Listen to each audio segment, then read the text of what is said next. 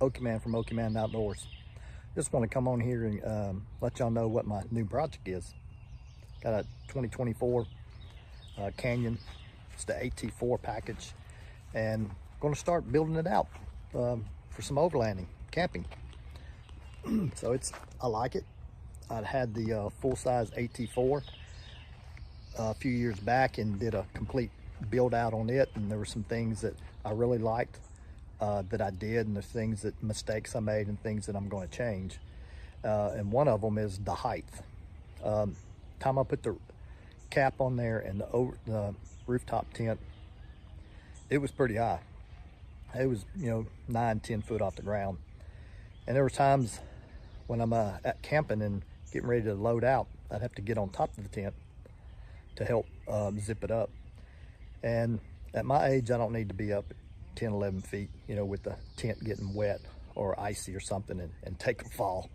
I'm not in for that. But let me give you a walk around of the truck and let you know what I'd like to do, and hear from y'all. If you have something, or if you know of a good product, or if you have experienced a product, give me some thoughts about it. But it's the AT4. It's a smaller model. It comes with Falcon Wild Peak AT4 4W. These are the 275 70/18. These tires, I aired them down some when I first got them to about 32 psi to smooth out the ride a little bit, and I don't have any rubbing whatsoever on it. I've gone through some ditches and bumps and turns, and there's no rubbing whatsoever on these tires. I like the size. I didn't want to go to a 285 because I heard and read that there was some rubbing on it, and I don't want to do any modifications to the fender or anything. But one thing it does have, it's 2 inches higher than the factory, and let me show you why.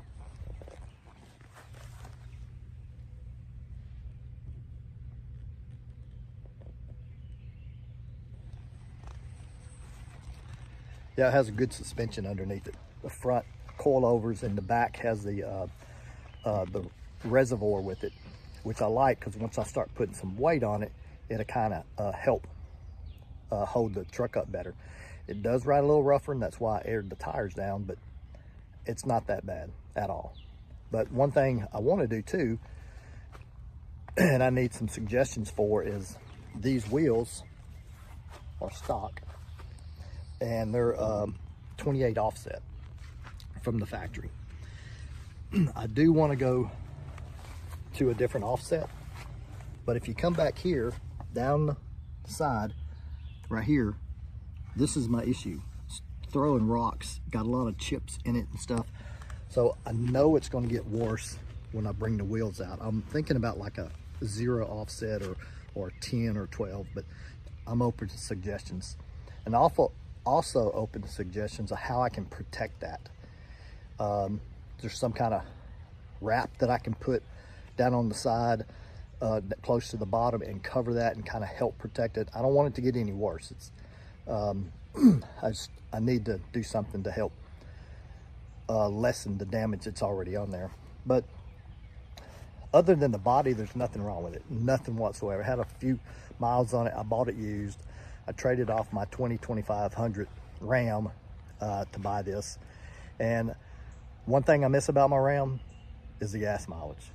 It was a Cummins, and I was getting in town, my daily driving, anywhere from 18 to 20 miles a gallon in that Cummins.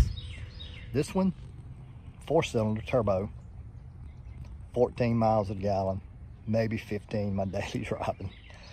You would not think a truck as light as this and a 4-cylinder would get such poor gas mileage, but it does. On the highway, I got up to like 22, 23, but that's the highest I've gotten in it so far.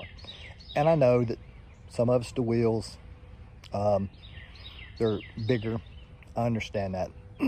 But one thing I have noticed too is that it's about a 2-mile-an-hour difference from the speedometer and what the map says. If you look at your map, it has the speed on it. There's about a 2-mile-an-hour difference. So if I'm looking at the speedometer and it says 65, really doing 67. So I have to be cautious, because when I drive the highways, I'm pushing the speed limit. I don't exceed it, but I push the envelope on it. And another thing that I think GM really messed up on is the sliding glass window. It's not automatic. It doesn't have a switch to open and close it. It's manual window in the 21st century. That's unheard of. This is going back to the analog days. Come on, GM. Y'all gotta fix this. Nobody wants to stop and have to open the window to get some air circulation, and then have to stop and close it if the rain starts. Come on, that can be better.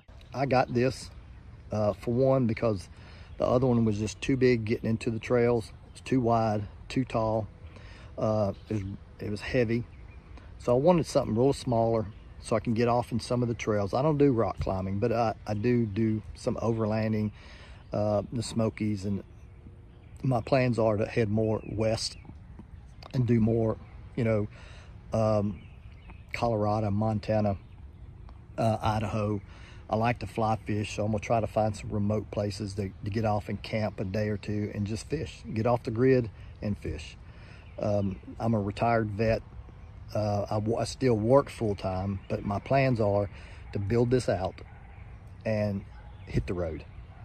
So that's my plans, and that's where I need your help. I had a fiberglass ARE cap on my other AT4. I think it was the HD. It had the internal skeletal frame in it with the bars on top that were mounted to it.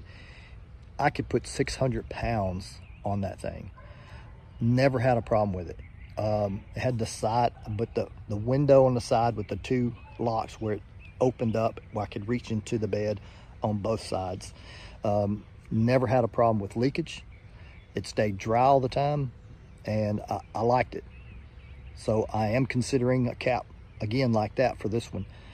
One thing I do like about them is the look. You can buy them to match the color of your vehicle. They're more aerodynamic. They're probably not as light as some, but they're not as heavy as some. I know that there are a couple that I've looked at, I've watched videos on. One of them is the OVS Expedition, and my rooftop tent was OVS, and I like OVS's products. I do. I like their customer service, because when I had that, the tent, I was pulling it down one day. It had the ladder you pull out, and you had to pull the ladder out, and it went way out over the side of my truck. Well, the ladder bent.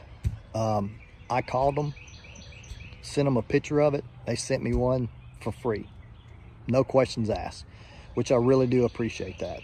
That shows me a lot that they take care of their customers. The only thing is, it's very industrial looking, and you have to put it together, you have to assemble it. And I've watched different videos, I've read different things, that if you're not careful with it, it leaks, and it leaks a lot. I noticed that when the door opens, it's kind of flimsy. So I'm concerned about the thickness. I know they're trying to make it light, but with it being thin, how durable is it really? So that's one thing I'm looking at. And there's another one, I can't think of the name of it. It's a straight competition with the OVS Expedition. So please give me your thoughts on it. What do y'all think I should put on here? Right now is the roll top cover, which I really like. It keeps everything dry right now, but it will be coming off. I had a deck system in my other truck, which I absolutely loved. It had the 2 drawers. The only thing I didn't like about it is that when you pull it out, they only come out about, I don't even think they come out 3/4 of the way. So if there was something way up in the front, you had to take everything else behind it out to get to it. I didn't like that. So this time I'm gonna go with the decked drawer slide, full 100% out on here. It's not gonna be the drawers, it's gonna be the drawer slide. That way I can pull it out, I can build one side as my kitchen, And so my thoughts are is that when I pull this thing out, I'll be on the passenger side here, and that's where my kitchen's going to be, and I'll have the other side in the front to build out and carry gear. Plus I'll have the rooftop tent on there. I like OVS's bat wing awning. I had the one before with them, and it really worked good. Never had any problems with it. Even in some high wind times, it really stood up. But I had the poles down, I had it secured, but it did really well. And it's a reasonably priced, but I am very cost conscious on what I do, because like I said, I'm trying to retire, so I'm trying to watch how much I spend. But one thing I'm not going to do is I built the full grid, power grid in my other truck. I had 2 lithium batteries. I had the inverters and converters. I had it hooked to the battery where it charged while I was driving and didn't when I was parked. I went 3 days off grid with a refrigerator, all my lights. I actually have a CPAP, and I ran it and never run out of power. It got low. I'm talking about 3 days, 72 hours. So I never had a problem. I have the Jackery now, small one. I'm thinking about going with something like that, self-contained. I can pick it up, put it in there. If I'm not using it, I can take it out. But a bigger one that will, go to maybe 3 days. But I'm open to suggestions. If anybody's used it, the bigger one, let me know your thoughts on it. If it's good, if it's not good, or if there's a different brand that you suggest over that. Hey, I'm willing to look and investigate any of them. I'm even willing to, the manufacturer of them, they want to send me one, I'll test it out and give you a review on it and let you know how it actually works. So reach out to me in my channel, give me a thumbs up, subscribe to my channel, and come along with me on this build. But like I said, I need your help. I need your suggestions on how to do this. So I need suggestions on the wheels I should use to put on here, the camper shell that I should use, and the power source. So get on the channel, give me suggestions, and guide me to the correct people, and I appreciate it. It's Okie Man Outdoors. See you later.